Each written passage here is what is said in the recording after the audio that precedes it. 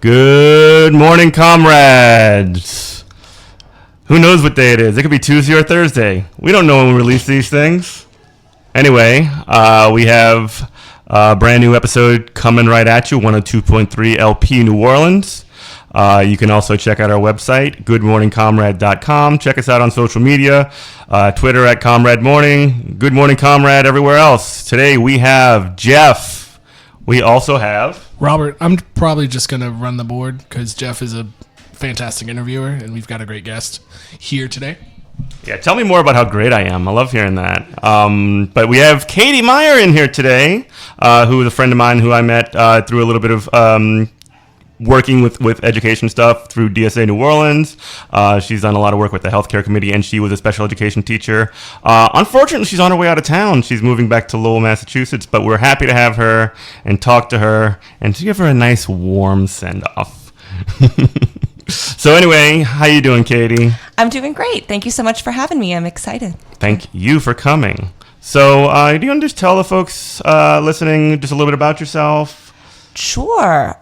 So I am actually originally a New Yorker. I moved to New Orleans in 2008 to get involved in Americorps education stuff. Mm-hmm. Was a member of City Year, which folks might be familiar with. What is that?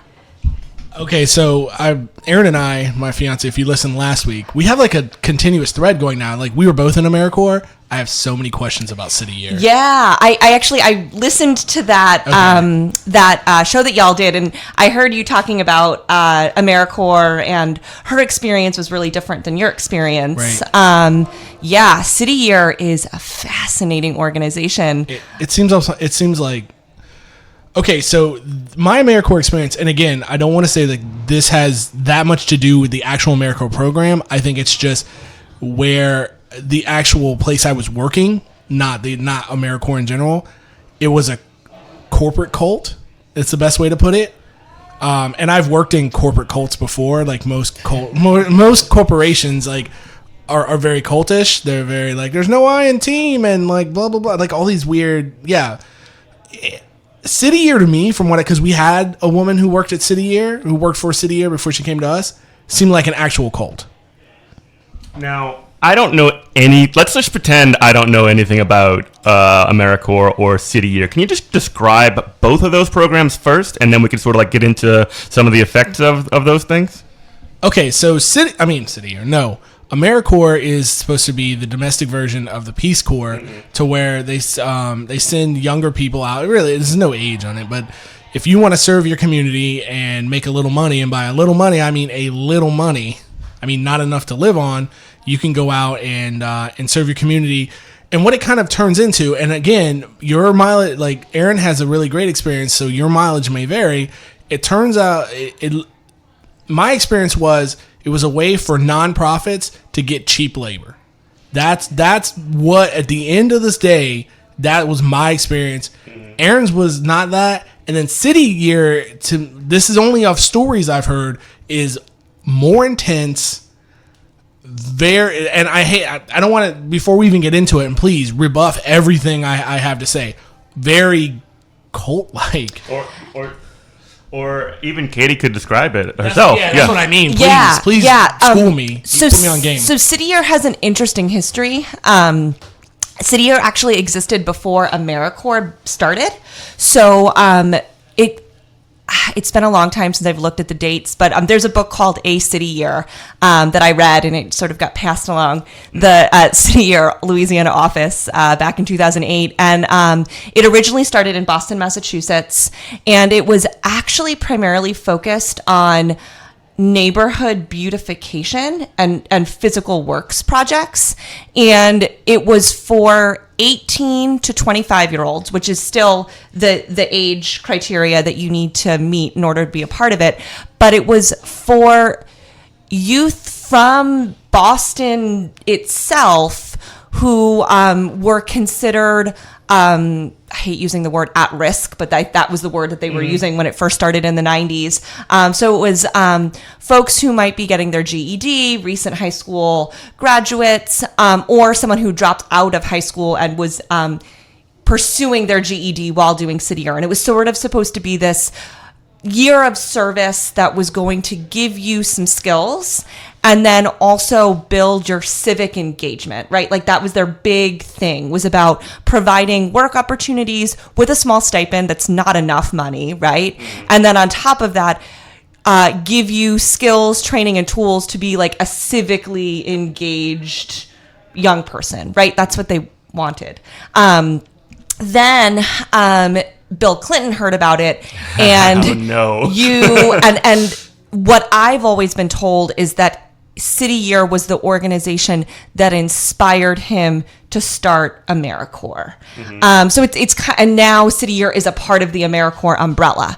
What's interesting is that it's always been a program built on structure, right? And that's where you sort of see this like cultish sort of corporate branding happen, where folks were wearing uniforms. Yeah, I was going to say, do you think, and just be honest, do you think I'm out of line using that word? Okay. No, because also as City Year became more popular, so a shift happened, right? It used to be this organization that was for folks from Boston to come in and get work, build leadership skills, and then go do something else afterwards. What ended up happening in the 90s, and I think Teach for America is a huge part of this, there was pressure for City Year to become a different type of organization. So it's no longer an organization that's meant for folks from the community that they're serving in. What ended up happening is that they've been getting more and more college graduates who are coming to cities,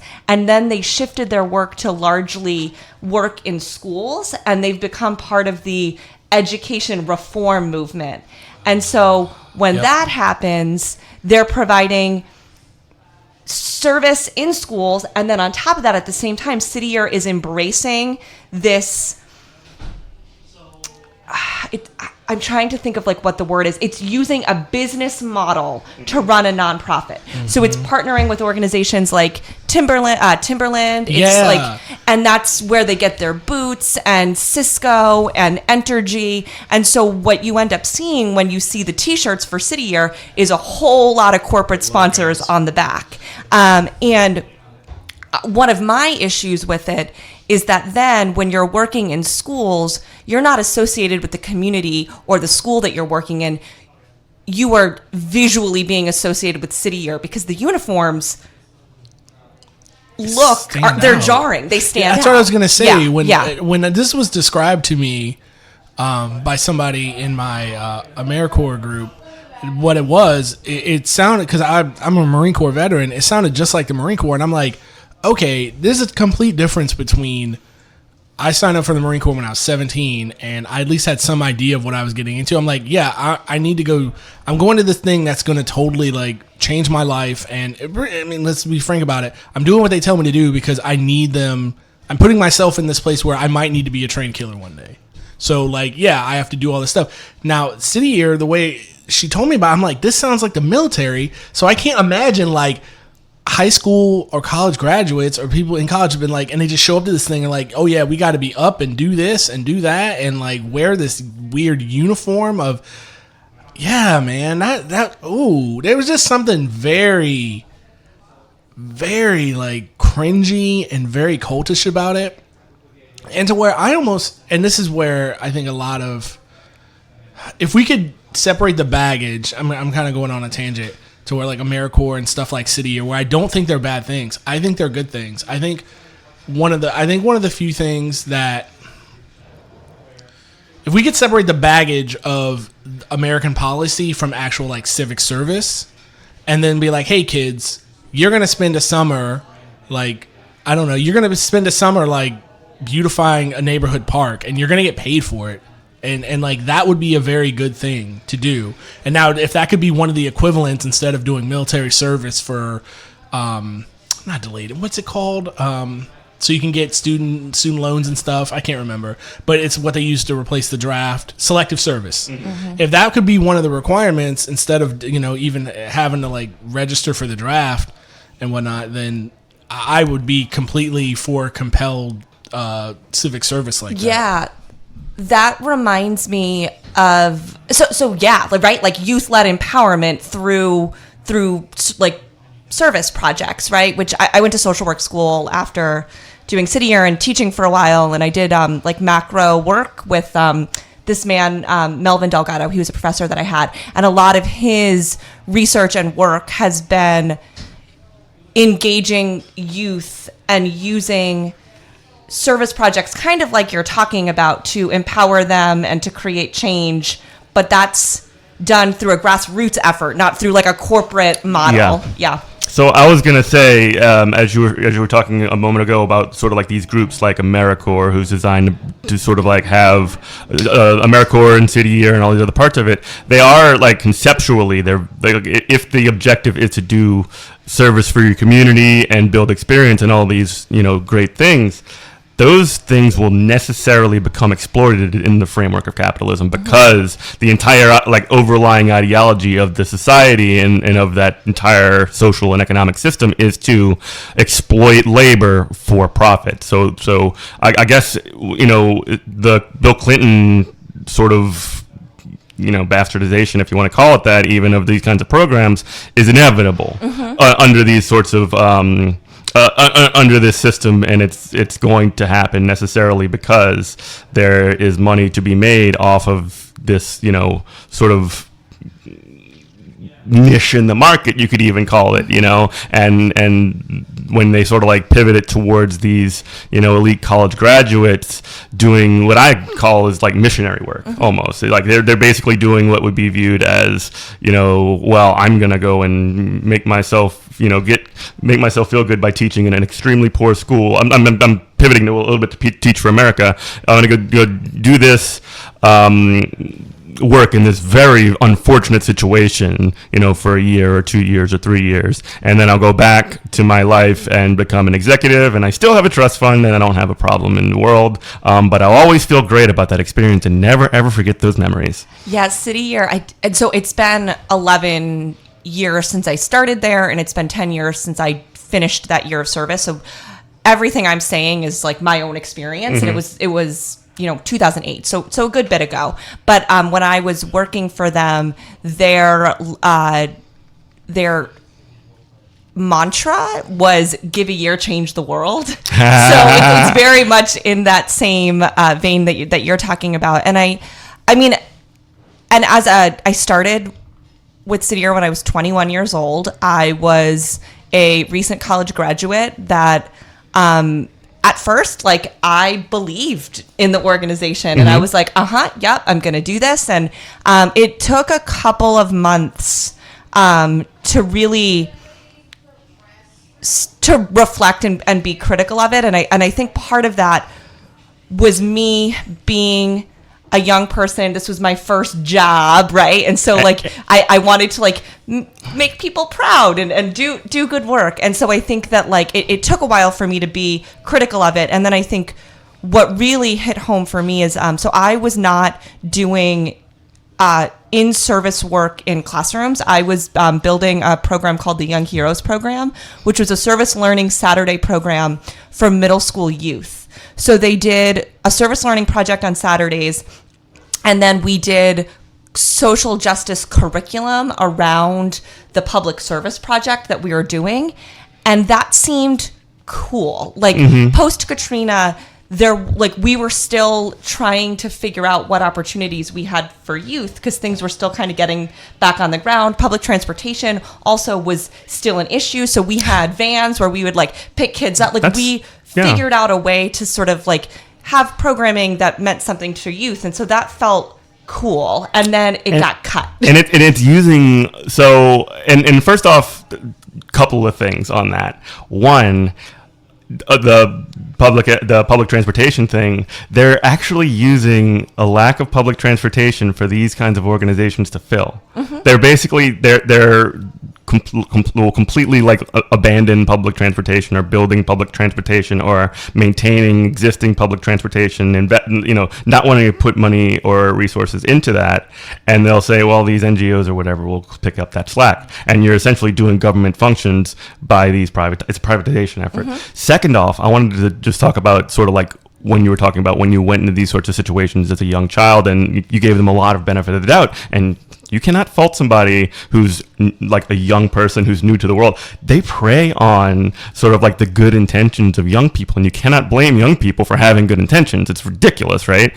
So they sort of like look for these and they lick up their chops like a bunch of wolves, sizing up a herd of sheep, and then they come and get you. And, it's important that we keep an eye on when you see things like what you said their little like slogan was, which is give a year, change the world, was it? There's like, when I think about that, like that is a terrifying sort of a slogan. Real quick, let's do some station ID. 102.3 WHIV LP New Orleans, WHIV fm.org/listen. When I hear something like that, I almost hear I think almost like an Ayn Rand book, like a one person is responsible, one person, one individual, through his own toil and hard work and his ability to produce, that one person has the ability to change the world and make things good, and it's to his or her credit, essentially, and I think that it's important that when I hear like things like that, my ears just like perk up. Yeah, someone that I worked with who had been a part of the organization for a while actually said it shouldn't be give a year, change the world. It's give a year, change your world, because right, like you're doing a year of service that you might not even be qualified to be doing. Sure. And then for a lot of folks, including myself, it opened up a lot of doors and opportunities for me, whether that was to go to grad school, whether that was to continue teaching. And so I think one of the things I have to acknowledge is that by doing City Year, I clearly didn't change the world, but also it was something that I was able to benefit from. Does that make sense? Yeah. The only thing I would say, because the way you came at it from a different place than where I was, or even Aaron did, is that I wasn't. See, I've been here for 7 years now. See, I'm 38. I just turned 38. So I was down here. I did Americorps when I was like 32, 31 maybe. And my thing was I was sitting in a Citibank cube farm, and I was looking up how do I join a commune on company time. I was like, this is soul crushing. I can't do this. And then I just see this AmeriCorps thing, and I'm like, yeah, I was in the Marine Corps. I believe in America. Like, I believe somebody with like I have a lot of like civic nationalism, like the idea of like, yeah, I want to serve people, I want to help people. And then that same, like you said, with younger people gets twisted, and just like got twisted when I was in the Marine Corps, just got twisted when I was a cop. Same deal. And when I went down there, within 2 or 3 months, I was, and I don't mean to sound like this is not a complaint session. Like, it was fine. I did meet a lot of cool people. I learned a lot of things, whatever. But I was the guy who was like, this ain't gonna work. Like, I was the troublemaker guy, the rabble rouser. And then by the end of that year, everybody had come to where I was, because it was like, I'm like, y'all, this is like, we're having these meetings. This is corporate speak. Let me tell you what this is. I'm like, I'm sorry to be the old man, but like, this is what we're doing. Like, they're feeding you corporate nonsense, and this is a quasi cult. And then when I think everything turned around, I know the guy who runs that program. I know he's gonna listen to this one day. He's right up the street. And what turned it around for everybody... Tell him to come on a show. I know, seriously, it'd be a good combo. What turned it around for everybody is when all of our work stopped because we had high-level corporate people from Toyota fly in from Japan to come see our operation because we needed to secure their donation money, and everything stopped. Like the whole mission that we were doing became how to impress these people. And I was like, this is sad, y'all. And everybody kind of came around at the same thing. Like, this is not what I signed up for. Like, this is real dumb. Like, I understand how the world works and we need money or whatever, but I don't understand why we're stopping our mission that's supposed to be helping people to impress people from Japan. It's crazy. You know, and that makes me think a lot about like you saying, like the entire organization of the local Americorps that was in New Orleans. Yeah, so the Americorps folks in New Orleans, the entire trajectory was based off of getting donations from Japan, from Toyota in Japan. That reminds me of, wow, there's a party going on behind us.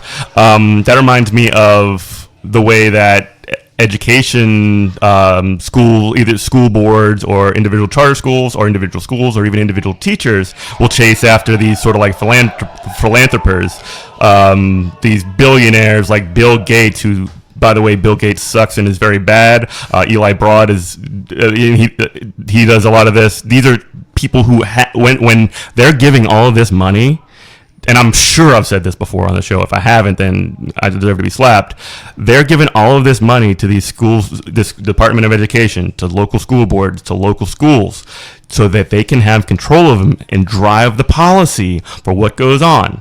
When they give this money, there are strings attached. So Bill Gates will give, $400 million or whatever to the Department of Education, and he'll say, yeah, do that, and also you have to do testing, and you have to do teacher evaluations, and all these things that drive teachers out of the field of work.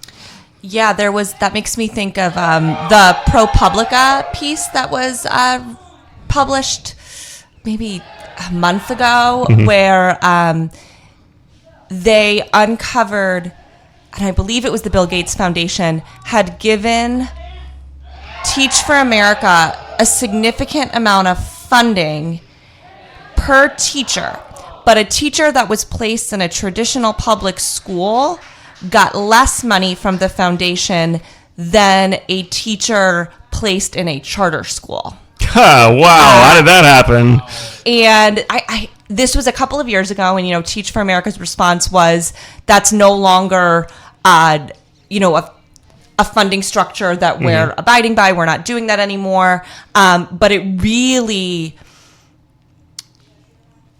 made it quite clear how Teach for America and the Gates Foundation are two very, very powerful institutions that are driving the charter school movement in this country. They're driving the charter school movement. They're driving education policies. They're about driving testing. They're driving all of the things that when people say that this is what's wrong with education, these people are giving millions of dollars so that they can make these horrible things happen in the education system. Yeah, and I think that when you start to solve issues in public education through private money, you're just setting a really scary precedent of like, well, we don't need to figure that out as a country or as a government, because we are just going to have some wealthy people that are going to fix it. It's the same sort of idea when you see a really good feel-good piece about how a wealthy person, or, oh my gosh, it's terrible when it's a child, right?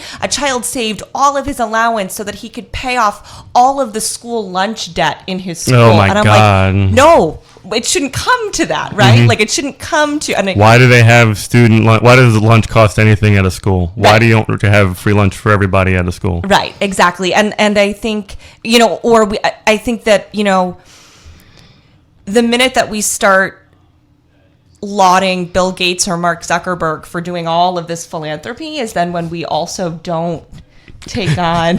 we would decide. So it's a way to circumvent democratic structures that exist within the society, right? Yes. So, and by the way, we will never laud Bill Gates or any of those people on this show. No, I'm just making that point. No. I didn't mean it does us. happen in like mainstream I mean media in and a whole mainstream bunch of media. like and sort of like even like regular public institutions will say, well, thank you, Bill Gates, for giving this giant check, and we're going to give you like a trophy or something, you know? Yeah. And the reward for best philanthropist for the most, you know, for this school district for the year 2019.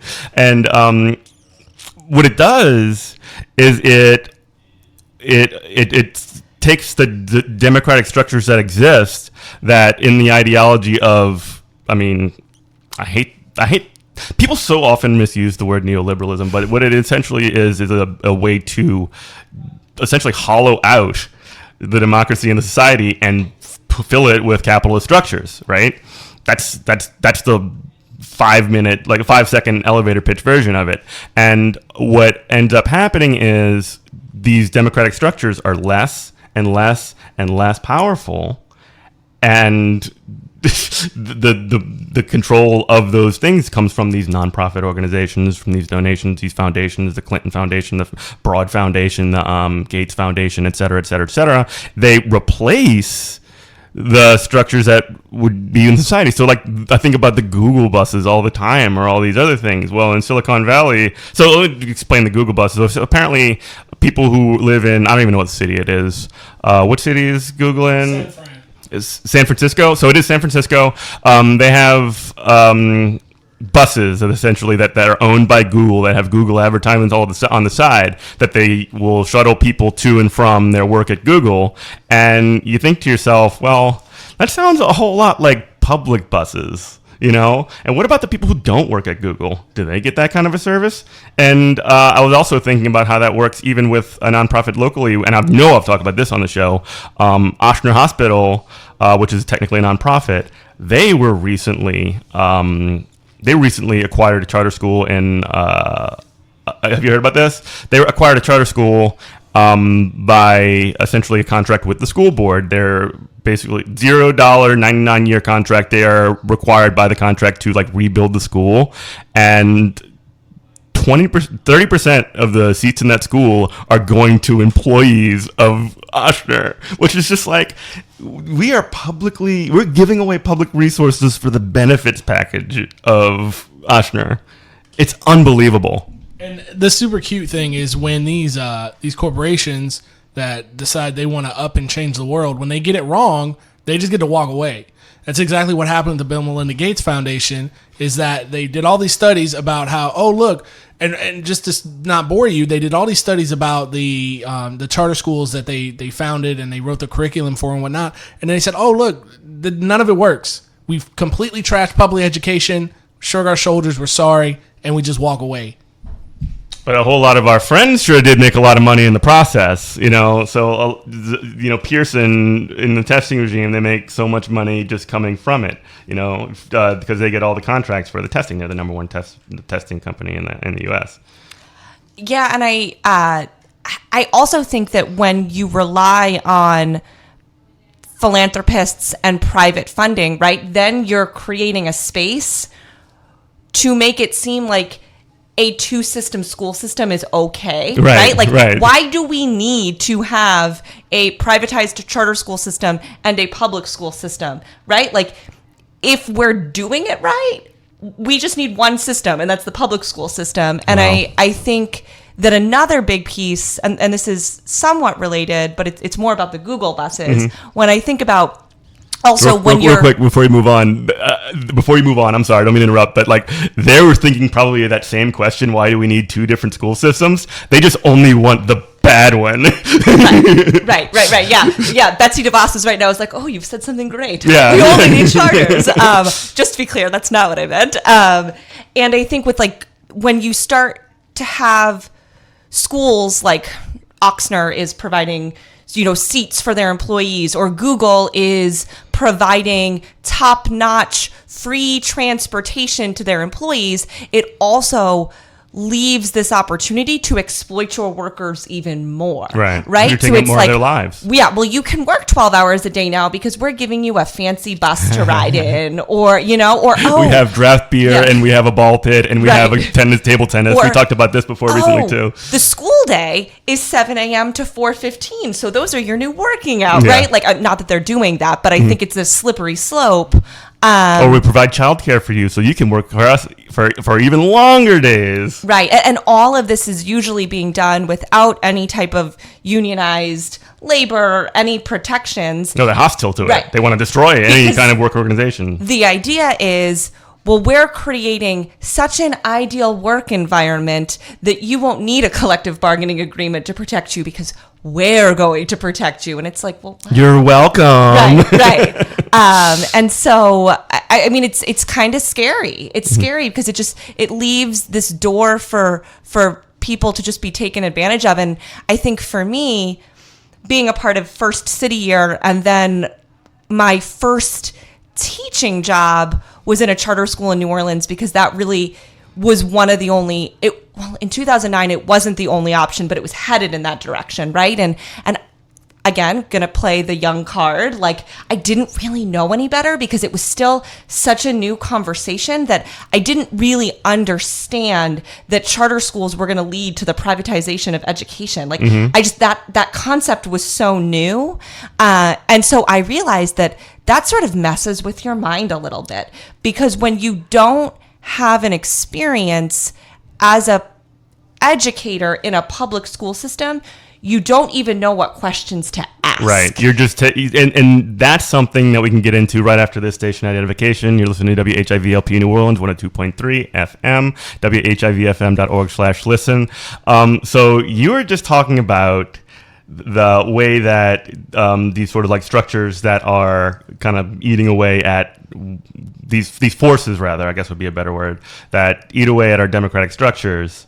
So like charter, so Americorps, City Year, Teach for America, charter schools, etc. I don't know. Were you Teach for America? No, I was a part of Teach NOLA. Teach NOLA, yeah, similar thing. Same thing. Either way, but they sort of exploit the sort of like, I don't want to say naivete, but that's like, I can't think of a better word right now. The sort of like the fact that young people are people without experience within a system, they exploit their benefit of the doubt that they give because why would they not trust, whatever thing? And they sort of like twist it to essentially, they exploit it to reform school systems or to replace government services or, and drive up the, spreadsheets to the black instead of the red for capitalists. So go ahead.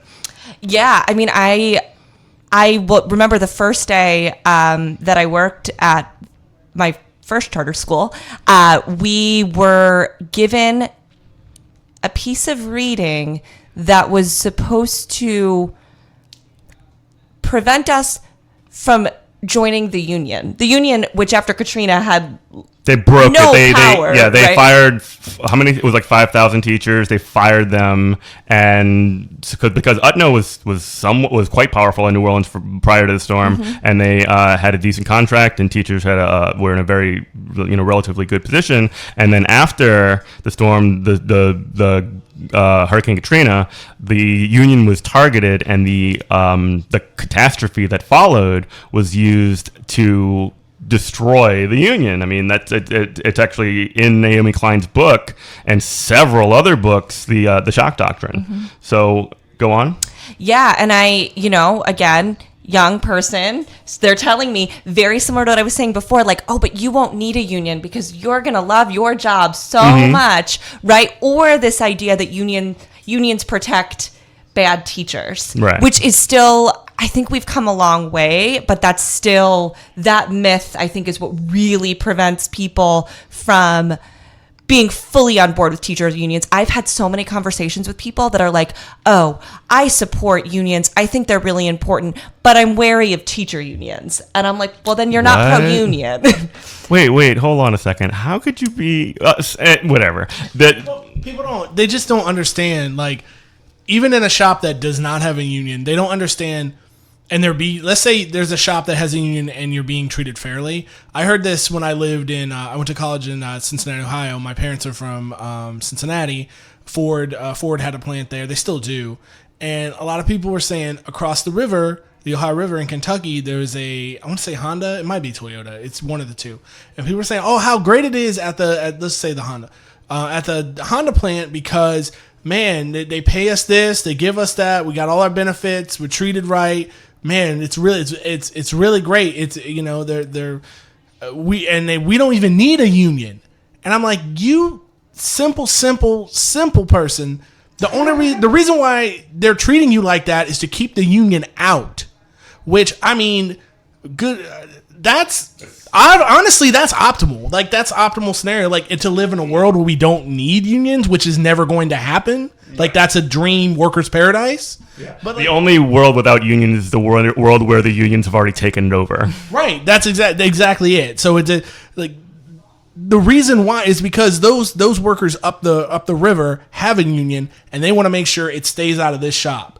And that's why you're treated as good as they are, you idiots. Like, how do you not understand? Again, the weird arguments against unions are just, it's mind-boggling. Yeah, and a lot of it is because they think that unions are keeping bad teachers, but one of the things that we all know is that the issue is actually now just keeping teachers in general. Like, there isn't necessarily a shortage of teachers. There is a mass exodus of teachers leaving the profession. Absolutely. And I think that what would be super interesting is if we actually looked at who's leaving schools. Are teachers that are part of non-unionized schools more likely to leave than teachers that are part of a union? I would hypothesize that more teachers are leaving schools that don't have unions and collective bargaining agreements. It's you are. I have done some research on the subject, and I cannot completely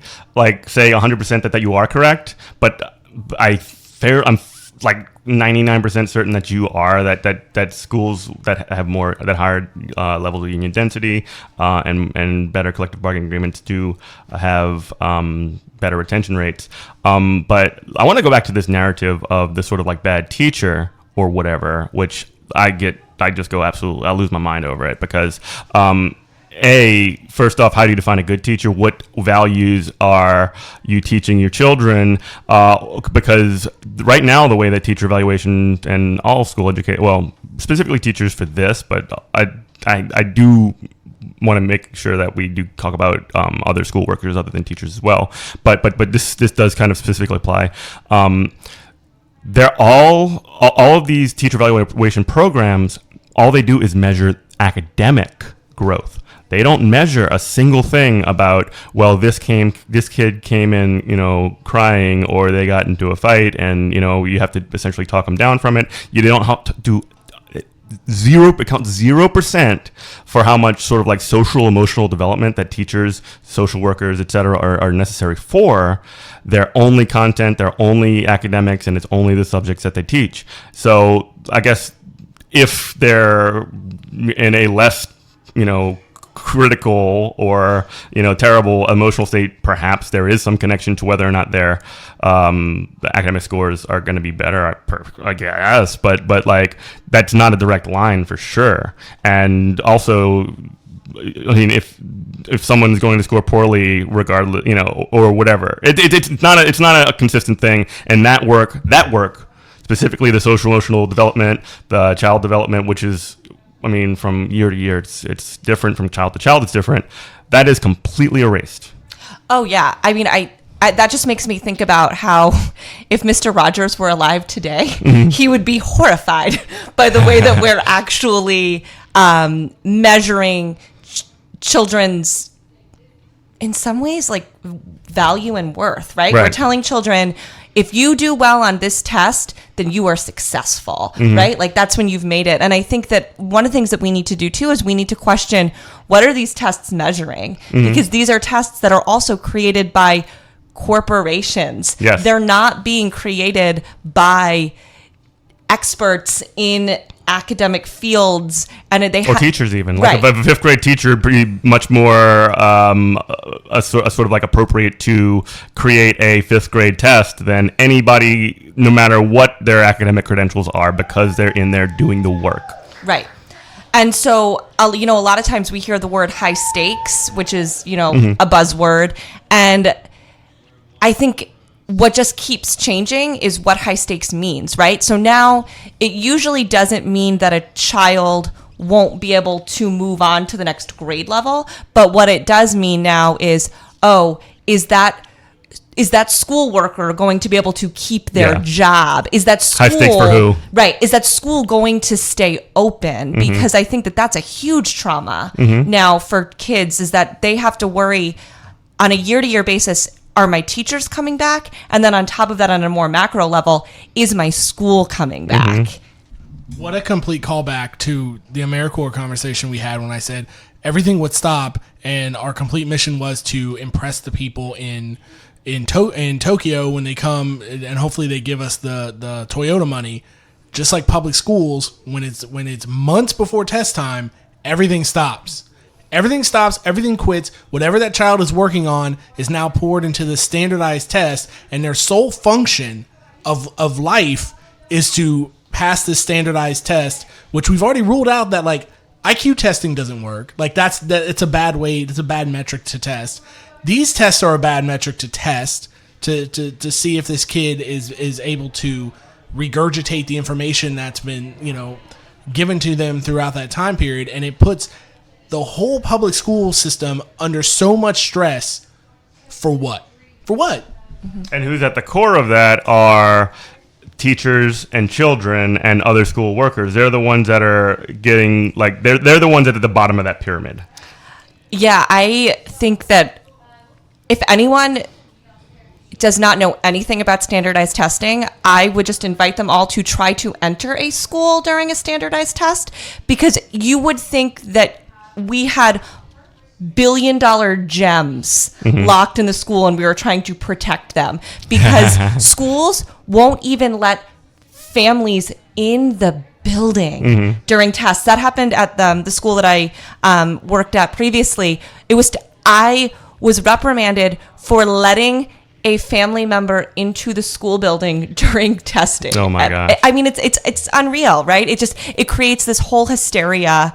And I think also on top of that, it creates just a culture where you don't enjoy learning. No, Learning it's a is very associated sterile with environment. the It's very, very high stake. Like every minute, so as a knock-on effect of this testing being the most important part of the school year, that means that every moment in the entire school year leads up to that culmination of testing. Right. And everything after testing, because we still have a month, is just nobody cares. Right, and attendance, and this is anecdotal, but I've always noticed that after standardized testing, kids stop coming to school, again, because we associate it with that culminating, this is the event. The event is over, now school is done, but usually you have 3 or 4 weeks left in the school year.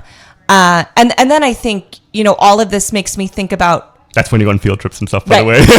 Right. But it also makes me think about the race to the top funding. And I'm not a policy expert, but I do remember that it was this idea of if you do well on these metrics, you get more money.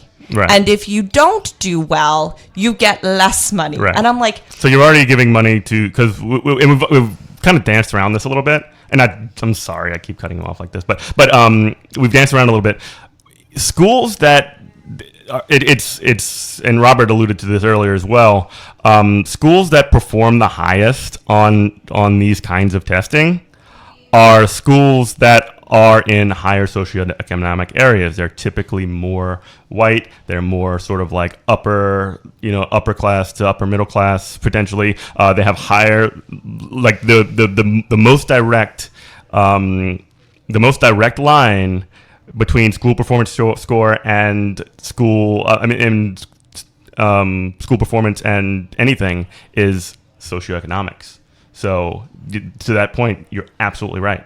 Yeah. And so then what we end up doing is we end up taking more resources and more money away from schools need it. Mm-hmm. And again, like not, and to sort of come full circle is, in the past couple of years, we've had a lot of teacher activists and organizers stepping up and saying this is not acceptable and fighting for more resources, like counselors, like social workers, mm-hmm. all of these types of like behavioral health, more like whole child services. Mm-hmm. But those teacher activists are typically coming from schools with teacher unions and tend to be a traditional public school, mm-hmm. because I think there's fear of losing your job always. There's a lot of fear, yeah.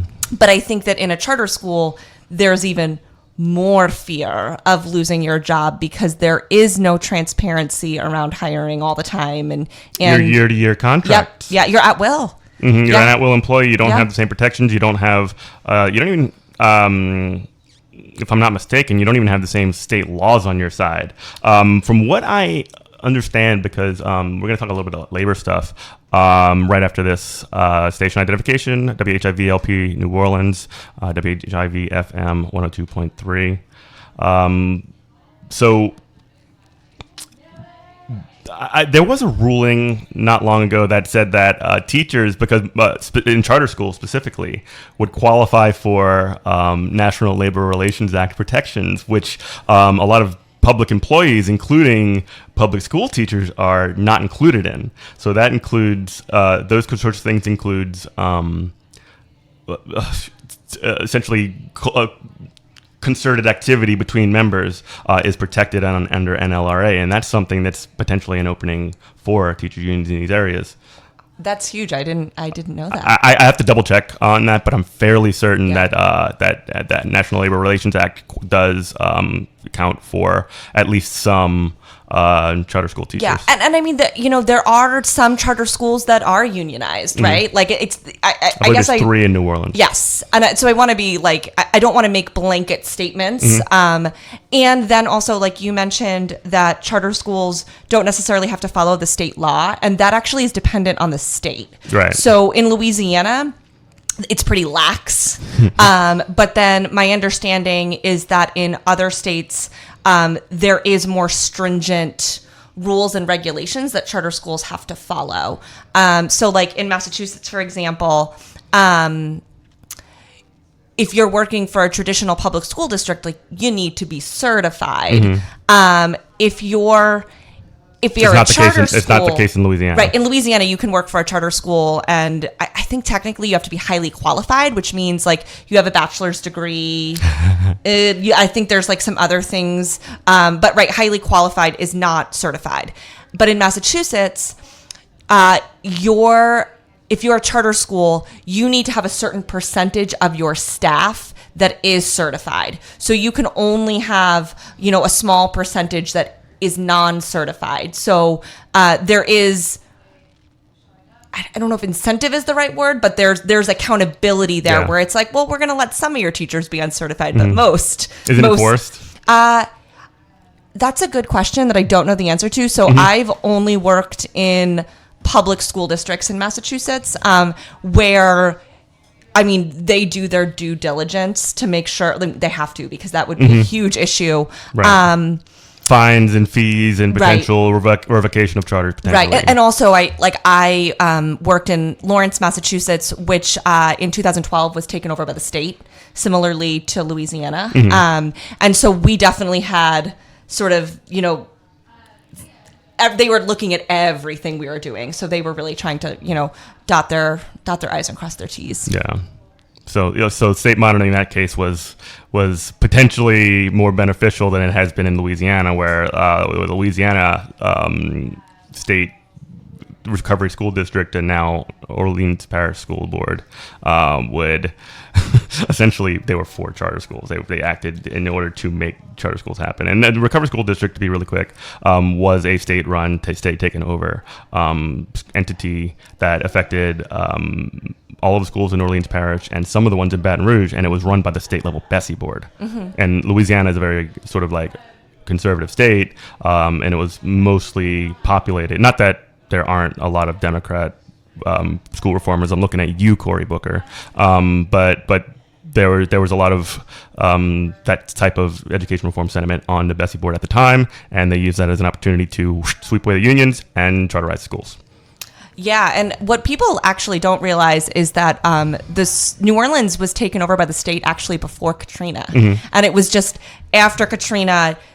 There was so much vulnerability already That's there, where the opportunities and then came in. Yeah, and it was a lot of outside folks coming in. Folks, and I think that one of the things in Lawrence that protected them from becoming more charterized was that there was a charter school cap in Massachusetts. Yeah, and that was not something that was just there. That was something that was fought for by the unions. I did want to circle back a little bit to unions in charter schools, and this was something that was not something that made super national headlines. But last year, like during the strike wave, the teacher strike wave in the red states, West Virginia, Oklahoma, Arizona, there was also a segment of Chicago public schools of just charter schools. And I can't remember if it was this year or last year. I'm fairly certain it was last year. But the charter school network, I'd have to look it back. I'm working from memory here. But they went on strike, and they got concessions from their administrations. That's right. I think I did hear about that. Yeah, that's. I remember that happening and being so hopeful. Right. I mean, right? Like, it's possible. Yeah, I look at that as an opportunity for like potential work to do, because it's been shown that it's possible, and we knew it was possible all along. It's something that has to be worked towards by the people in these working conditions, right? They need to be able to, they need to know A, what their rights are, and B, how they can sort of organize. So I guess I want to take this last couple of minutes. You had something to say first? Yeah, and I was just going to add on too that it is possible, but then you also need unions to be dedicated to focusing their work on organizing and not always lobbying. Right. That's the other. Yeah. So a shift in focus from lobbying to organizing. I was actually just having this conversation with somebody recently, and we can actually. Do you have anywhere to go? Can we continue this? Can we continue this conversation for a little bit for our website? Yeah. Sure. Great. Let me just quickly sign off from Good Morning Comrade. You've been listening to Good Morning Comrade with Jeff, Robert, and with Katie. Thank you so much for coming in the studio, Katie. Thank you for having me. Of course, you can always listen to us at 8 o'clock on Tuesday mornings, WHIVLP New Orleans, 102.3, WHIVFM.org/listen. You can also check out our website, goodmorningcomrade.org. Goodmorningcomrade.com. You could send us an email. Yes, we're not a .org. I know, you're making a face at me. Contact at goodmorningcomrade.com. Also, Facebook, Comrade Morning, Twitter, Comrade Morning, Facebook, Good Morning Comrade, and all the other stuff. Thanks. Bye. cityyear.jimjones.kool-aid.net.org.tv. Bye.